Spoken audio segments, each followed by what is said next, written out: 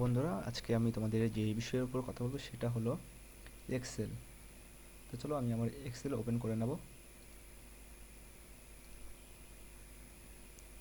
দেখো, এখানে আমি আমার এক্সেল ওপেন করে নিয়েছি। এবার আমি চাই, ধরো এখানে আমি লিখছি 1 এবং 2 লিখলাম, কেমন? এবারে আমি চাই যে এখানে 3 4 5 6 নিজে থেকেই হয়ে যাবে।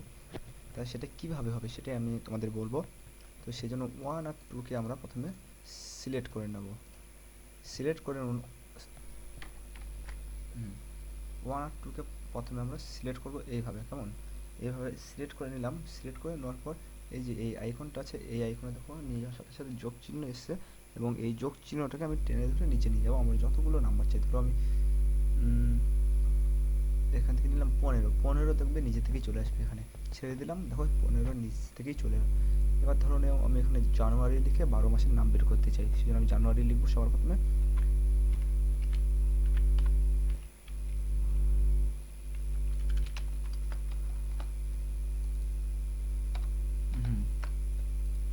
এবং এটাকেও ঠিক টেনে নিয়ে ছেড়ে দেবো 12টা, সেই জন্য 12টা ঘর সিলেক্ট করে ছেড়ে দেবো। দেখো জানুয়ারি, ফেব্রুয়ারি, মার্চ, এপ্রিল, মে, জুন, জুলাই, আগস্ট, সেপ্টেম্বর, অক্টোবর, নভেম্বর, ডিসেম্বর নিজে থেকে চলে এসছে।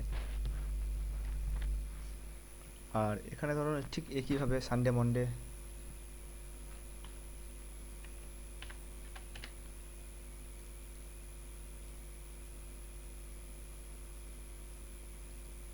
সরি স্প্রিংটা ভুল হয়ে গেছে, এখানে ডিলিট করে দেবো।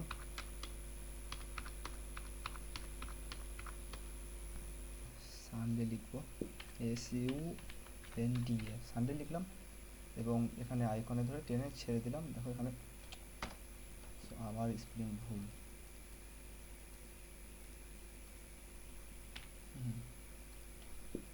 SUNDAY, সানডে লিখলাম এবং এটাকেও টেনে নিয়ে ছেড়ে দেবো। তাহলে দেখো সব কিছু চলে এসেছে, Sunday, Monday, Tuesday, Wednesday, Thursday, Friday, Saturday, আবার প্রথম থেকে সানডে থেকে শুরু হয়ে গেছে।